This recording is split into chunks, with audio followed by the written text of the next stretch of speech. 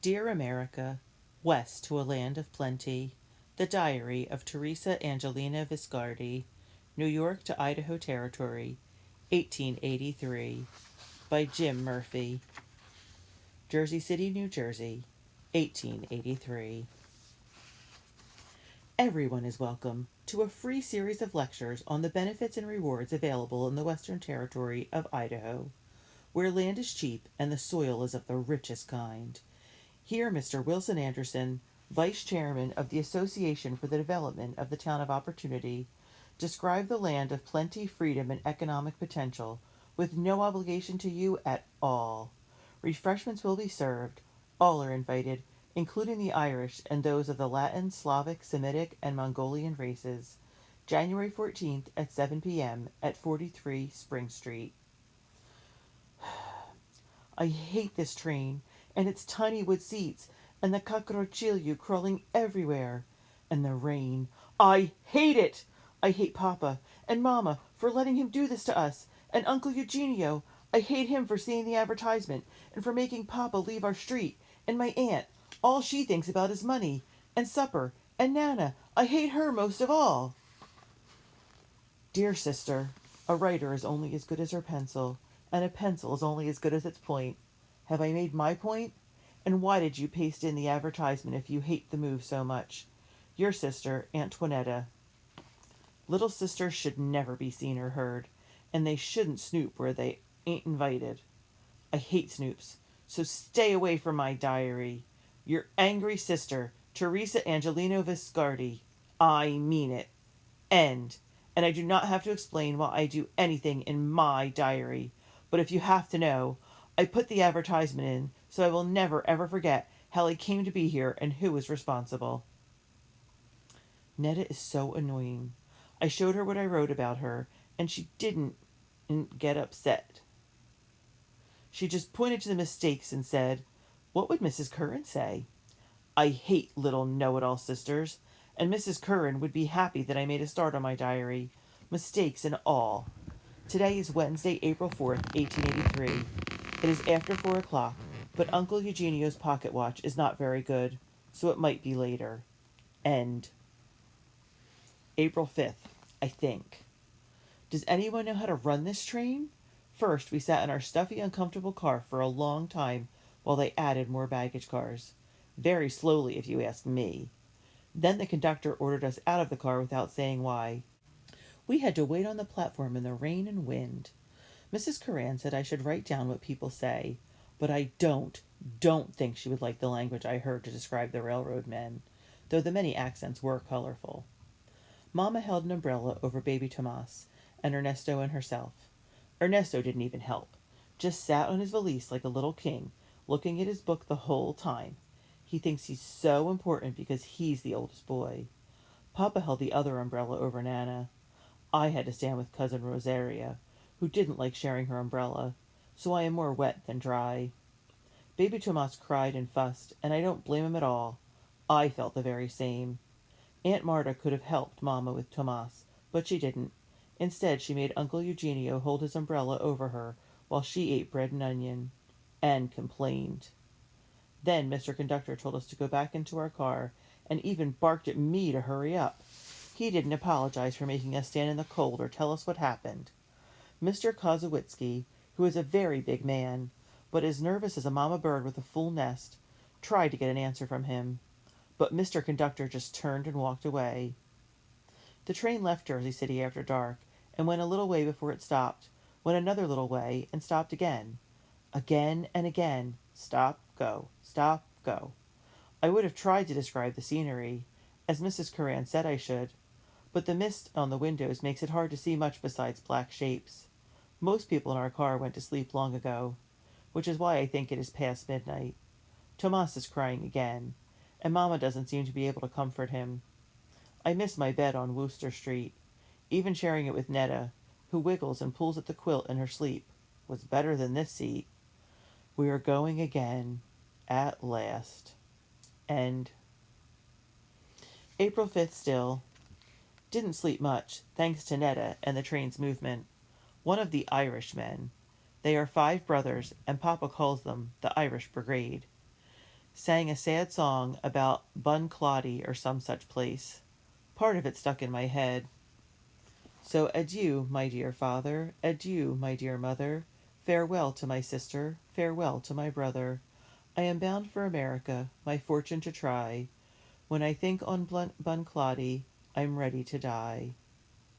I would have put more down, but a German man shouted, "Stop that noise, will you? People are trying to sleep." Then Tomas started fussing, though Mamma got him quiet before the German man said anything, but not before Aunt Marta shook her head and clucked something about a noisy train. Why does she always have to criticize Mamma? Closed my eyes, but my head filled with pictures of Francesca and Nicola, and Mrs. Curran and others. I wonder if they are picturing me. I hope so. I am having a hard time keeping awake. We'll end for now. Still April 5th. This has been the longest day in all of my 14 years, other than when we left Wooster Street. The only good thing is that when I woke, Neda asked me where my diary was, and I wouldn't tell her. I will not even tell you, dear diary, where I keep you, since Snoopy Know-It-All little sisters have big eyes, too. But I have a very safe hiding place for you. You can be assured. The train has stopped. Again. And we are sitting on a side track. Why? Who knows? The car we are in is nothing but a big shoebox with 30 wood seats on each side of the center aisle, a stove for heating and cooking at the front end, and a convenience back here.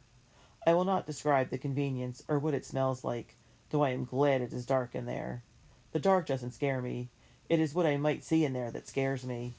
Our car is jammed with people, two to a seat with little ones like Tomas on laps. All of us going to Opportunity. If the train would ever move, that is. We have not even reached Philadelphia, and we have been on this train over 24 hours.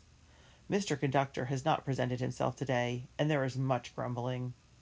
I will write Francesca a letter and post it at our next stop. End. Dear sister, if you post Francesca's letter at our next stop, you will probably have to ask a friendly crow to deliver it. A hint. To keep a secret hiding place secret, you should not keep looking at it when you think I am not looking at you. You can be assured of that. Your sister still, Antoinetta. I meant our next real stop and not a stop on a sidetrack, and Neda knew it. She just wants to show me up whenever she can. And when I told her to leave my diary alone, she smiled that annoying smile she puts on when she wants to make me angry. She makes me so angry! Then Mamma said I shouldn't raise my voice and should act like a proper young lady, and that Neda was too young to know about diaries. She is 8, which is old enough if you ask me. Nana scolded me too. She shook her finger at me and said in Italian that I should be ashamed of myself and that it was a sin. But I stopped listening to her since it wasn't fair. Neda was the one who should be scolded. Dear Francesca, this is the very first letter I have ever written to you. Mrs. Curran read Hill's manual to me about letters of friendship, and it told me what I should say in my letters, but I have forgotten it all except for go into all the little particulars, just as you would talk. I don't think I have enough paper to do that, and I don't think you want to hear them all, because they aren't very happy particulars, and I know how much you like happy things. We left Wooster Street before the sun came up, but Mamma wouldn't let me wake you to say another goodbye. All 5 families from our street hired wagons for the trip to the ferry slip. People and things piled high. We went in Mr. Glennie's ice wagon, bumping up and down the cobblestone streets all the way. Mr. Glennie was very nice, and did not even complain when he lifted Mamma's piano onto the wagon. The ferry took us across to Jersey City, rolling from side to side all the way. The train, when it goes, bumps up and down and side to side all the time, and has a most unusual effect on the stomach.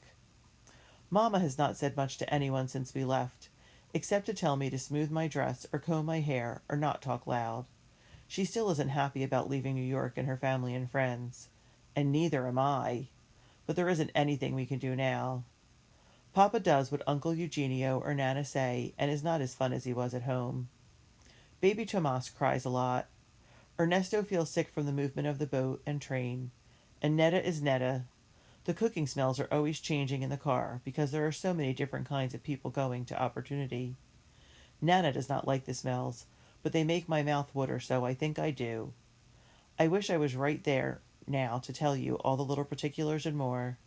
Remember to write to me in care of General Delivery, and I will check every time we stop. I miss you already. Love, your forever best friend, Teresa. P.S. Please tell Mrs. Curran that I am practicing my penmanship by writing my letters to you in the diary she gave me. I am really copying them, so I know what I've said to you, and don't really copy them down very neatly, but promise you won't tell Mrs. Curran that.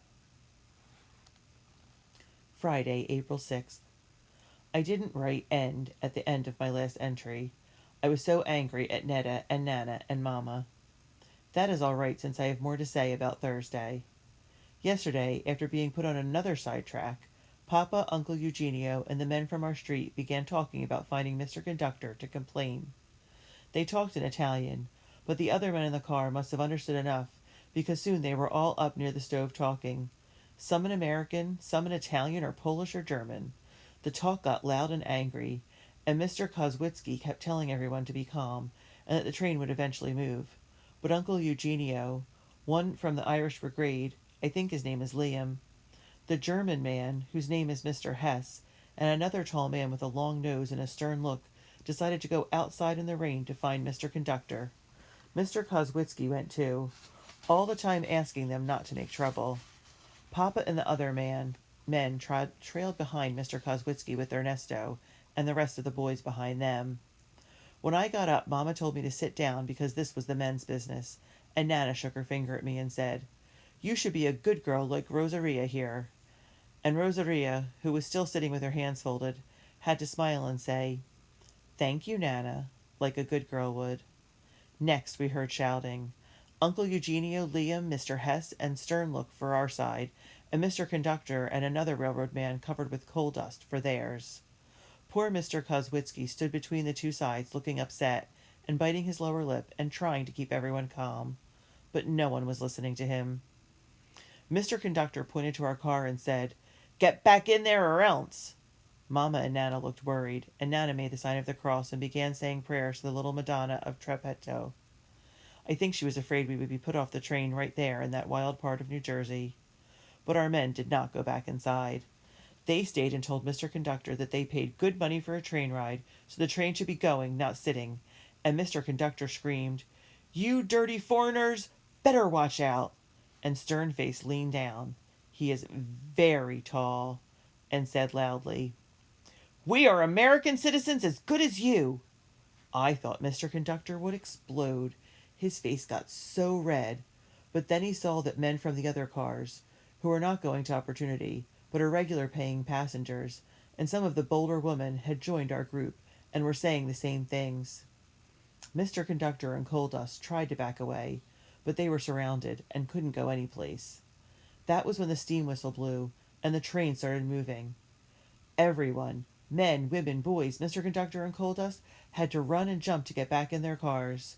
They were lucky the engineer let the train creep along slowly till everyone was inside. Papa came back all wet but smiling and said to Mamma, "There, maybe now we will get somewhere." Mamma still looked worried, and Nana shook her finger at Papa and said in Italian, "A cock who crows too loud in the morning will be in the pot at night." Ernesto was so pleased with himself that I couldn't look at him. All he and the other boys did was stand behind the men and make silly faces. But at least the train started to move, and still is. End. 9 o'clock the same night.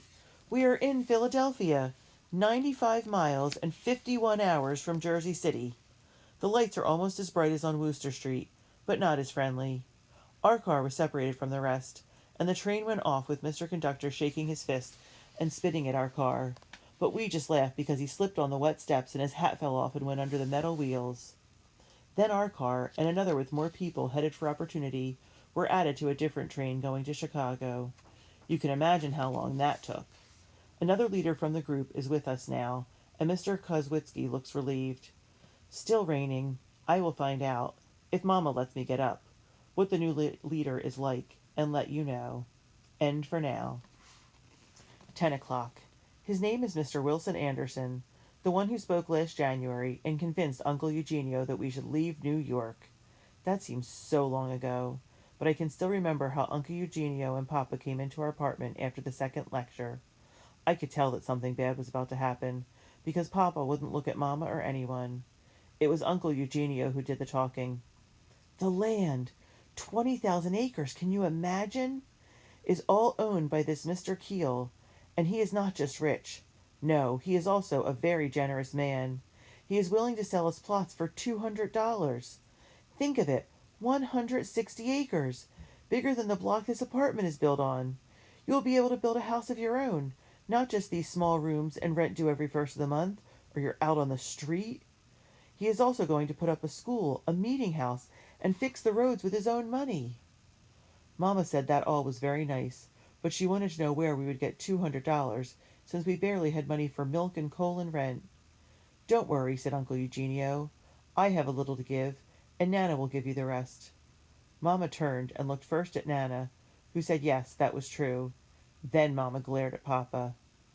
Even I could tell that it had all been decided between Uncle Eugenio and Nana before that night, and that Papa had gone along with them and not said anything to Mamma. I don't know, Mamma whispered, shaking her head. We'll see. What is there to see? Uncle Eugenio wanted to know. But then Papa said he would talk to Mamma. Mamma does not get loud when she is angry like Aunt Marta, but Mamma can be quiet in a very loud way, and I think Papa wanted to explain things in private now that the news was out in the open. Later, when they thought I was asleep, I heard Mamma and Papa talking. Things are not going good at the store, Rose, Papa said. Eugenio said he is losing money.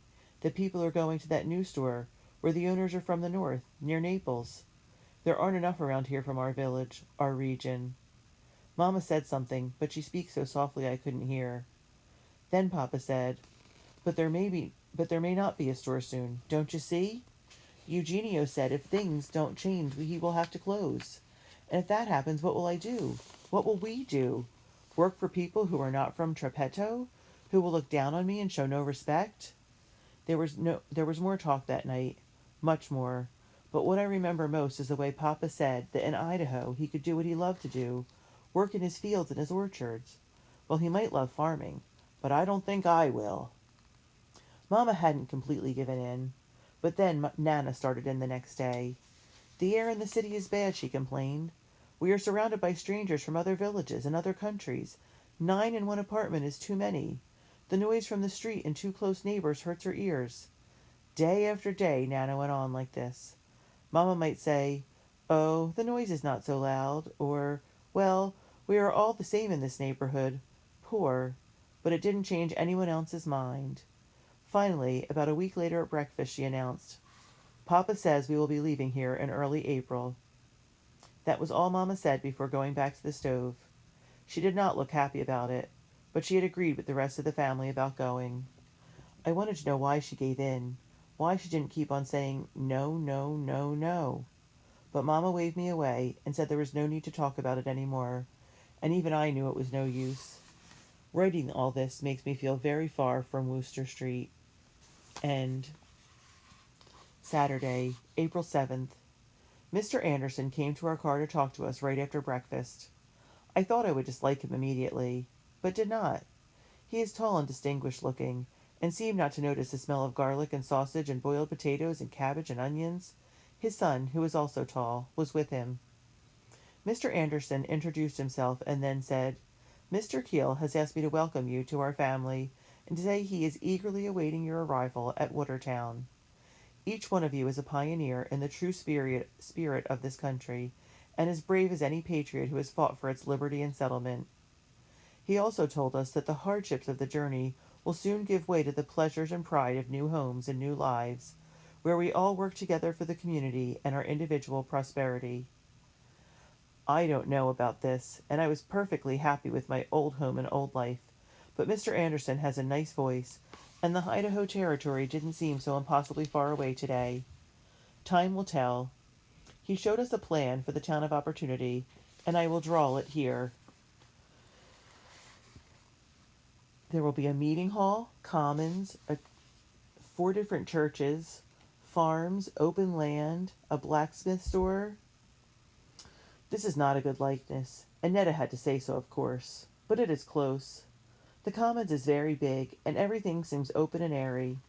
Nana said it looked like the Chiesa in Trepetto, only theirs had only one church, and there was a wine house directly across from it.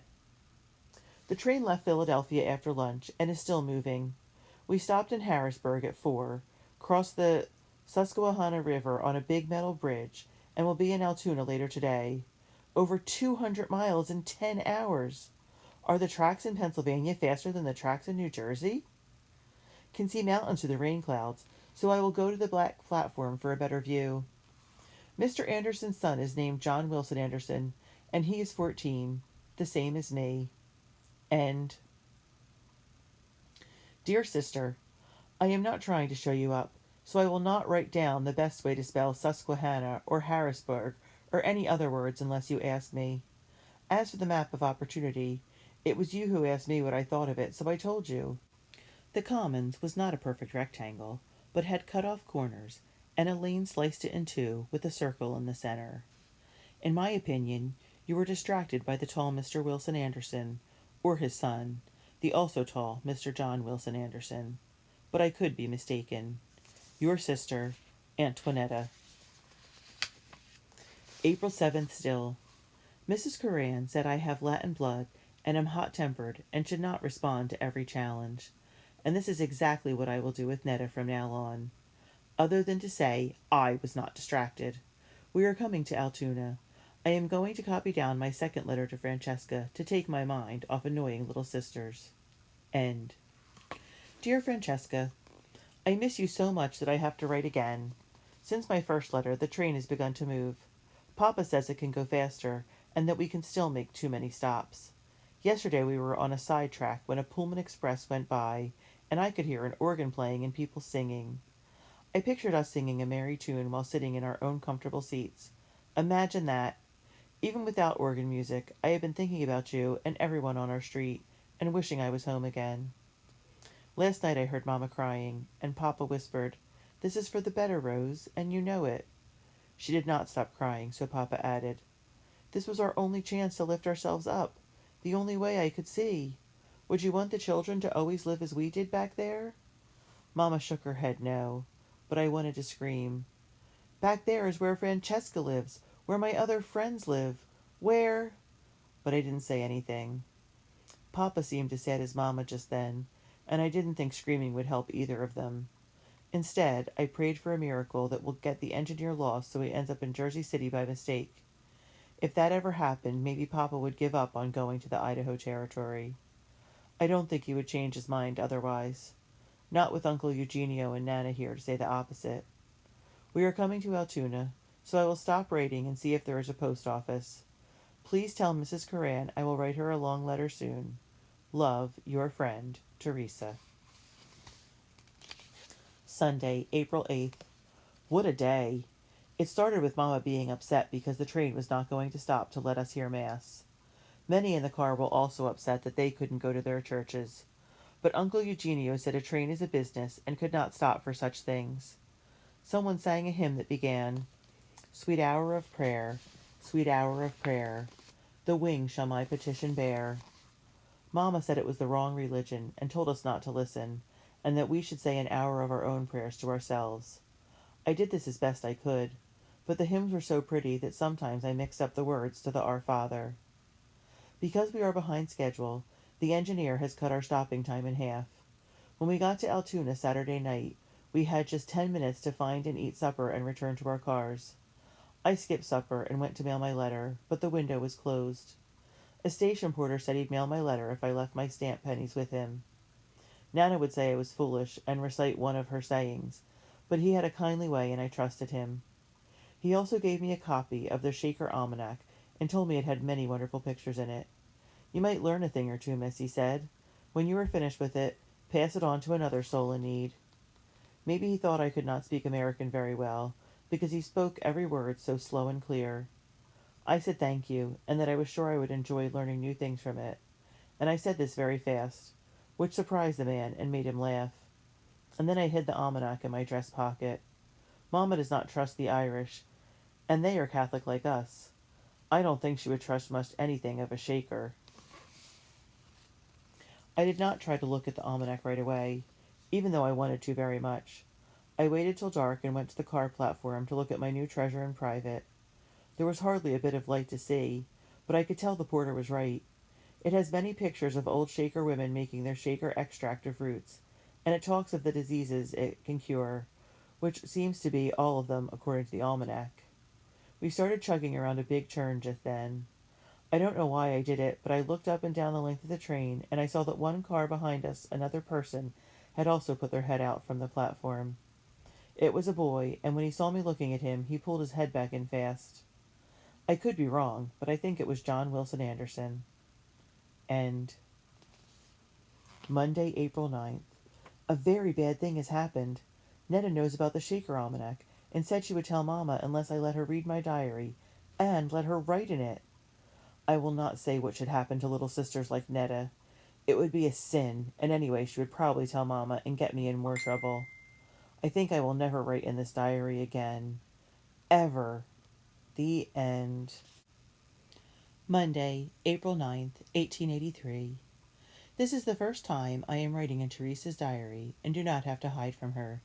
She is sitting with Mamma and is sulking. I hope she feels better soon.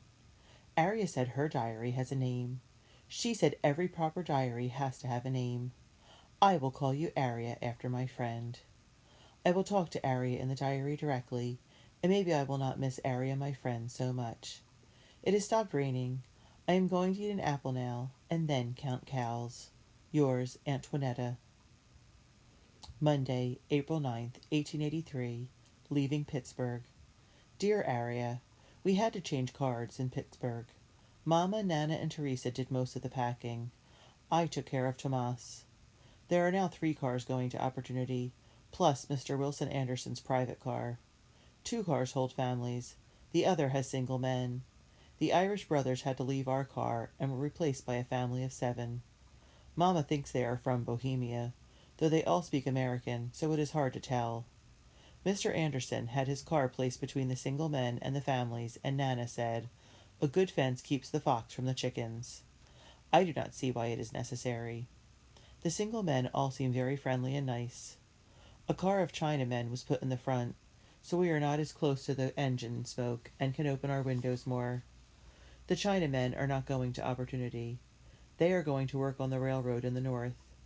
Our new car is the same as the old car, except it smells of lye soap and carbolic acid.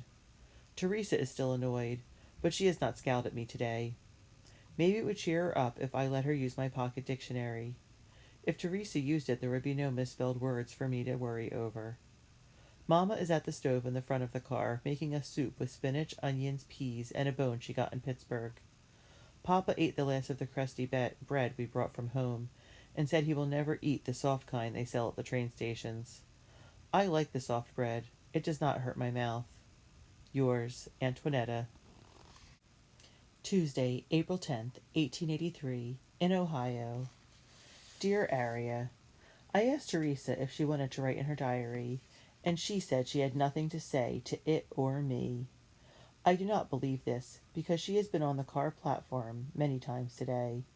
Once I could see only the bottom of her dress and her shoes on the ladder. She must have seen something interesting out there. The land is very flat and gray, so she cannot be looking at it all this time. I will find out. It is raining again. Yours, Antoinetta. Wednesday, April 11th, 1883, in Ohio. Dear Aria, I said 5 prayers this morning. 2 to the little Madonna of Trepetto, 1 to the sweet baby Jesus, 1 to his Holy Father in heaven, and 1 to St. Aslam of the 5 wounds. I want them to get Teresa to write in her diary again. It is no fun reading what I already know. Yours, Antoinetta. Thursday, April 12th, 1883, in Illinois. Dear Aria, it is very warm in the car, and the smoke from the cigars and cigarettes stinks. My stomach does not feel good either. Teresa has gone to the back platform again, but I do not even feel like watching her today. Do you know any news? Well, I don't. Yours, Antoinetta. April 12th. Netta has a sour stomach, and so do Papa and Ernesto, and Aunt Marta and Cousin Rosaria. When Rosario went to use the convenience, she stopped next to me and said, "What are you laughing at?" But I wasn't laughing, or smiling, or even thinking of laughing or smiling. I was about to tell her this, but she grabbed her stomach and ran for the convenience before I could. It seems that everyone in our car is sick, and Mamma thinks it is caused by the bad air and the bouncing train. Aunt Marta thinks it is the salami we brought from New York, so she threw theirs out the window. The Shaker Almanac doesn't say where a sour stomach comes from, but it does tell why everyone is marching back here to the convenience. It says, "The food remains in the stomach until it becomes corrupted, which poisons the blood and produces the most painful and distressing feelings. The stomach loses its tone, becomes inflamed and filled with slime and mucus." I showed this to Neda, but it did not seem to give her much comfort. I wrote out a poem from the almanac and gave it to Neda to cheer her up. It goes, "Pass the butter gently, Mabel. Shove it lightly through the air. In the corner of the dish, love, you will find a nut brown hair. What fond memories it awakens of the days ere we were wed, when upon my fine coat collar oft was laid your little head. Lovingly I stroked those tresses in the happy days gone by. Now I strike them every meal time in the butter or the pie."